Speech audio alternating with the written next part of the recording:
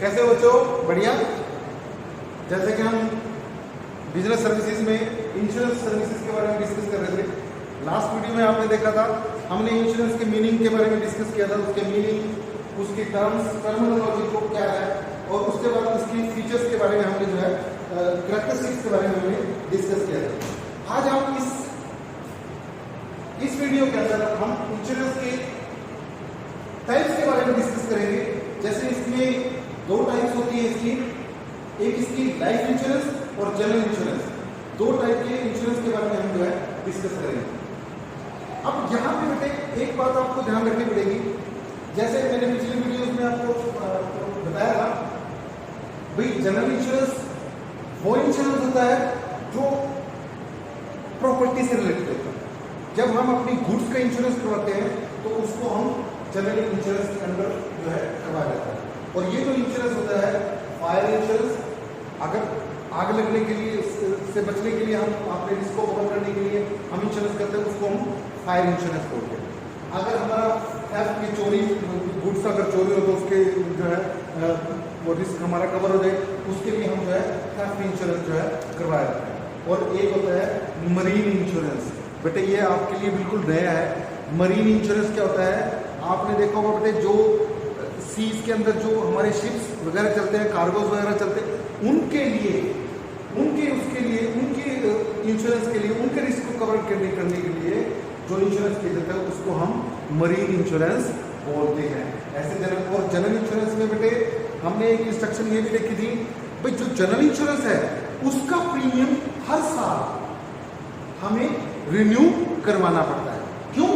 क्योंकि मैंने बताया था आपको भी, अगर हम जो हमने इंश्योरेंस करवाया, मान लो मैं अपनी बाइक का इंश्योरेंस करवाता हूं, जैसे हम पीछे एग्जांपल लेके चल रहे थे, भैया मान लो हमने अपनी बाइक का इंश्योरेंस करवाया, तो वो बाइक का इंश्योरेंस 1 साल तक वैलिड रहेगा उस पर्टिकुलर प्रीमियम के अमाउंट से, और एक पर्टिकुलर डेट आफ्टर मिडनाइट के बाद वो प्रीमियम हमारा जो है खत्म हो जाएगा।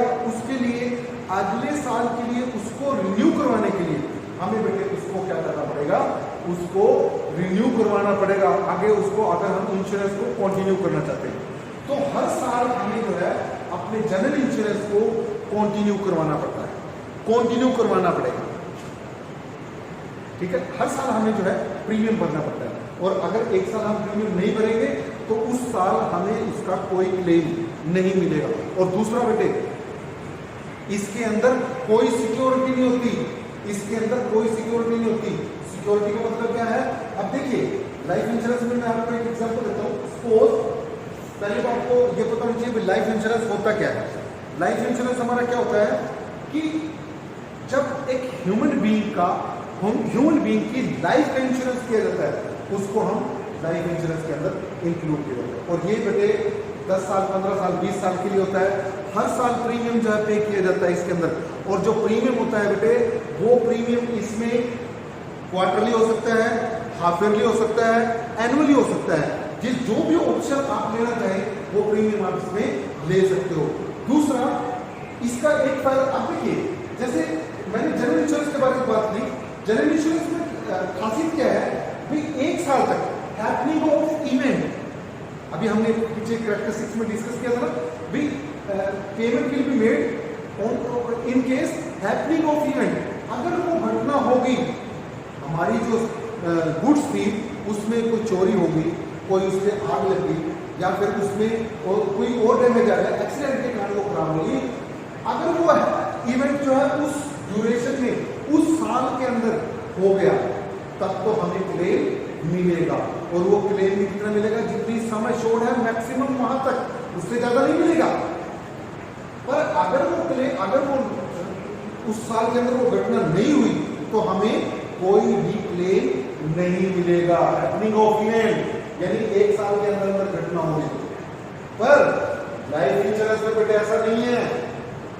लाइफ इंश्योरेंस में क्या है? मान लीजिए आपने फर्स्ट प्रीमियम पे किया, उसके बाद 20 साल के लिए आपने पॉलिसी ली, तब से लेके और 20 साल के बीच में जब भी जिसका वो इंश्योरेंस हुआ है उसकी अगर डेथ हो जाती है किसी भी केस से, किसी भी काम से, तो इंश्योरेंस कंपनी से जितनी वो सम एश्योर्ड है जितनी वो सम एश्योर्ड है उतना अमाउंट उसके रिप्रेजेंटेटिव को मिल जाएगा। इसके अंदर नहीं मिलेगा, इसमें वो मिल जाएगा। इसीलिए हम लाइफ इंश्योरेंस जो पॉलिसी है, लाइफ इंश्योरेंस जो है उसको investment as well as protection दोनों बोला जाता है। जबकि जनरल इंश्योरेंस जो है वो हमारी प्रोटेक्शन है, इन्वेस्टमेंट नहीं है। उसका रीजन क्या है भाई, अगर मान लीजिए हमने लाइफ का इंश्योरेंस करवा लिया, अगर तो डेथ होगी इन बिटवीन उस ड्यूरेशन में, जैसे मान लो 15 इयर्स के लिए था, 10 इयर्स के लिए, अगर उस 10 इयर्स में डेथ हो जाती है उस ह्यूमन बीइंग की, तो उस केस में जो है वो अमाउंट, सारा अमाउंट उसके रिप्रेजेंटेटिव को ट्रांसफर कर दिया जाएगा। इसको बोलते हैं प्रोटेक्शन। हमें प्रोटेक्ट कर दिया।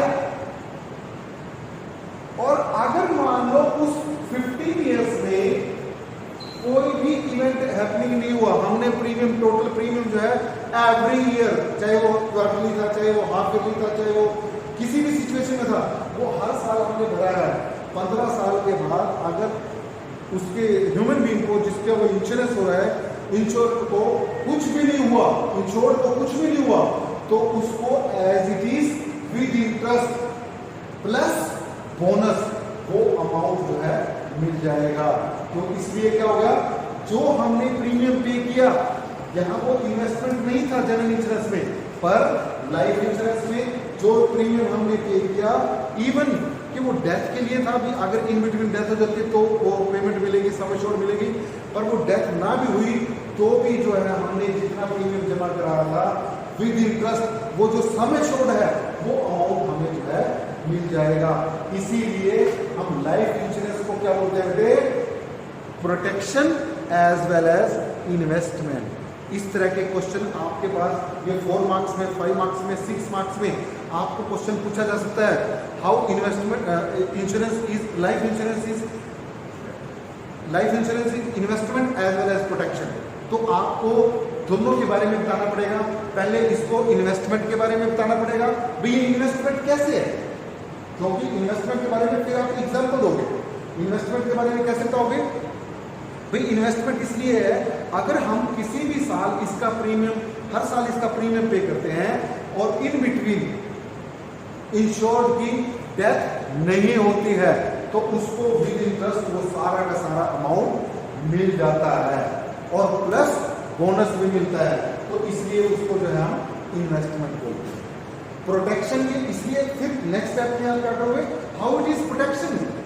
प्रोटेक्शन में बताओगे भाई जिस दिन आपने प्रीमियम भरा उस दिन से लेके जब तक आपकी सम एश्योर्ड थी, जितनी लाइफ टाइम के लिए आपने वो इंश्योरेंस लिया हुआ है, उस ड्यूरेशन में कभी भी जब उस ह्यूमन बीइंग की जिसका आपने इंश्योरेंस करा, इंश्योर्ड की डेथ हो जाती है, उस सिचुएशन के अंदर आपको उसके रिप्रेजेंटेटिव को वो सारी sum assured with bonus with interest जो है वो अमाउंट उसको मिल जाता है। ये दोनों में जो है बहुत इंपॉर्टेंट है और ये जो है इस तरह के क्वेश्चन पूछा जा सकता है। इस चीज का आपने ध्यान रखना है। अब यहाँ पे देखिए, वहां पे जनरल इंश्योरेंस के बारे में वो गुड्स से रिलेटेड, लाइफ इंश्योरेंस के बारे में वो लाइफ से रिलेटेड है। भाई लाइफ इंश्योरेंस कराते हैं तो उसमें जो है लाइफ इंश्योरेंस मिलता है, और जब जनरल गुड्स का इंश्योरेंस करवाया जाता है तो गुड्स का अगर हैपनिंग ऑफ इवेंट होगा तभी वो क्लेम मिलेगा, नहीं तो हम क्लेम जो है वो नहीं ले सकते।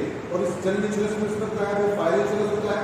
फायर इंश्योरेंस क्या होता है, which provides safety against loss from fire, आग लगने से जो हमें सिक्योरिटी देता है। और जो थेफ्ट है, जो थेफ्ट से हमें सिक्योरिटी प्रोवाइड करता है। मरीन इंश्योरेंस मैंने आपको बताया, मरीन इंश्योरेंस क्या होता है बेटे, मरीन इंश्योरेंस वो इंश्योरेंस होता है जो हम शिप्स वगैरह का इंश्योरेंस, या शिप के थ्रू जो माल जा रहा है उनका जो इंश्योरेंस करवाते हैं उसको हम जो है मरीन इंश्योरेंस के अंदर इंक्लूड करते हैं। नेक्स्ट पेज पे आपको जो है कुछ इंश्योरेंस की कंपनीज दी हुई है, प्राइवेट कंपनीज और जो पब्लिक सेक्टर कंपनीज हैं उनके बारे में, उनको बारे में आपको जो है पता होना चाहिए। आप बेटे इसके बाद हम एक बहुत इंपॉर्टेंट टॉपिक जो है वो शुरू करने जा रहे हैं, that is principles of insurance, ये जनरल प्रिंसिपल है बेटे, एसेंशियल प्रिंसिपल्स हैं जो आपको इन सब के बारे में जरूर पता होना चाहिए। इस तरह का आपके पास जो है 6 मार्क्स का क्वेश्चन आपसे पूछा जा सकता है कि प्रिंसिपल्स के बारे में आप बताइए।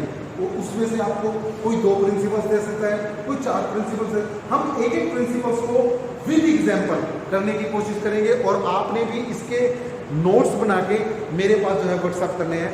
प्रॉपर इनके असाइनमेंट जो है वो आपको बनानी है।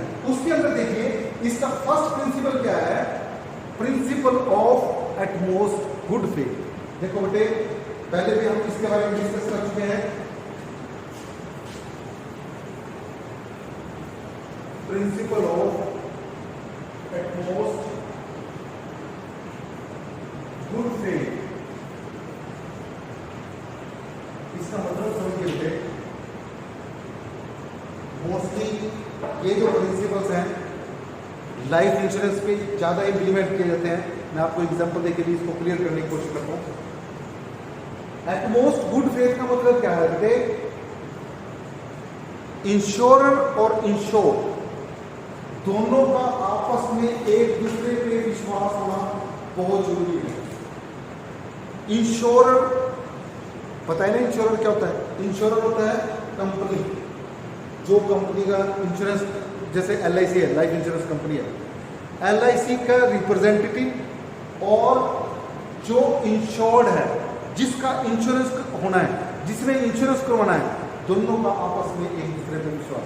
अब ये विश्वास का मतलब क्या होता है, फेथ का मतलब क्या होता है? क्योंकि अब जो इंश्योर्ड है या इंश्योरर है, अब जो LIC कंपनी का रिप्रेजेंटेटिव है वो कोई गलत इंफॉर्मेशन उसको प्रोवाइड ना करे।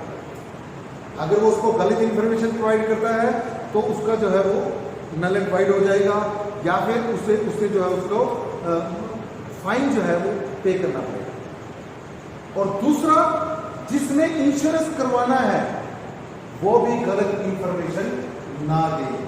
क्या कहता है ये? इसमें देखिए ये कहते हैं principle of utmost good faith just that both party कौन सी है बेटे?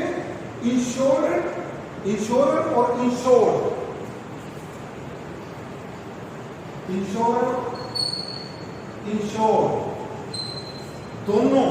दोनों का आपस में एक दूसरे पे विश्वास होना जरूरी है। दोनों एक दूसरे को जो राइट इंफॉर्मेशन है, जो प्रॉपर इंफॉर्मेशन है, जो सही इंफॉर्मेशन है, दोनों इंफॉर्मेशन प्रॉपर इंफॉर्मेशन प्रोवाइड करें। ना तो कंपनी का रिप्रेजेंटेटिव उसको चीट करने की कोशिश करे कि इससे मैंने किसी तरह से इंश्योरेंस करना ही करना है इसका, वो भी ना करे। और इंश्योर्ड जो जिसने वो इंश्योरेंस करवाया है वो भी उसको चीट ना करे कि वो उसको गलत इंफॉर्मेशन दे दे, मैं तो बिल्कुल स्वस्थ हूँ, मेरे को कोई प्रॉब्लम नहीं है। जैसे आपकी बुक में एक एग्जाम्पल दिया हुआ है कि किसी पर्सन को टीबी की ट्यूबरकुलोसिस था, टीबी की प्रॉब्लम थी, पर उसने वो टीबी की प्रॉब्लम इंश्योरेंस करवाते टाइम नहीं बताई। और 4-5 साल बाद जब उसकी डेथ हुई तो इंश्योरेंस कंपनी को पता चला कि इसको तो जब इसने इंश्योरेंस करवाया था तभी टीबी थी और इसने वो क्लियर नहीं किया, वो इसने जो है डिस्क्लोज नहीं किया, तो उस केस में उसको कोई क्लेम नहीं मिलेगा, क्योंकि उसने principle of utmost good faith को जो है ब्रीच किया है। तो बच्चों एक चीज ध्यान रखना बेटे, principle of utmost good faith का मतलब क्या है? दोनों का आपस में एक दूसरे पे विश्वास होना जरूरी है और दोनों आपस में एक दूसरे को प्रॉपर इंफॉर्मेशन देंगे। अगर किसी कारण से वो इंफॉर्मेशन गलत निकलती है या मिसगाइड करने की कोशिश की जाती है तो वो एटमोस्ट गुड फेथ जो है वो ब्रीच हो जाएगा प्रिंसिपल, उस केस में वो कॉन्ट्रैक्ट प्रॉपर नहीं हो पाएगा। इस चीज प्रिंसिपल को जो है आपने प्रॉपरली ध्यान रखना है।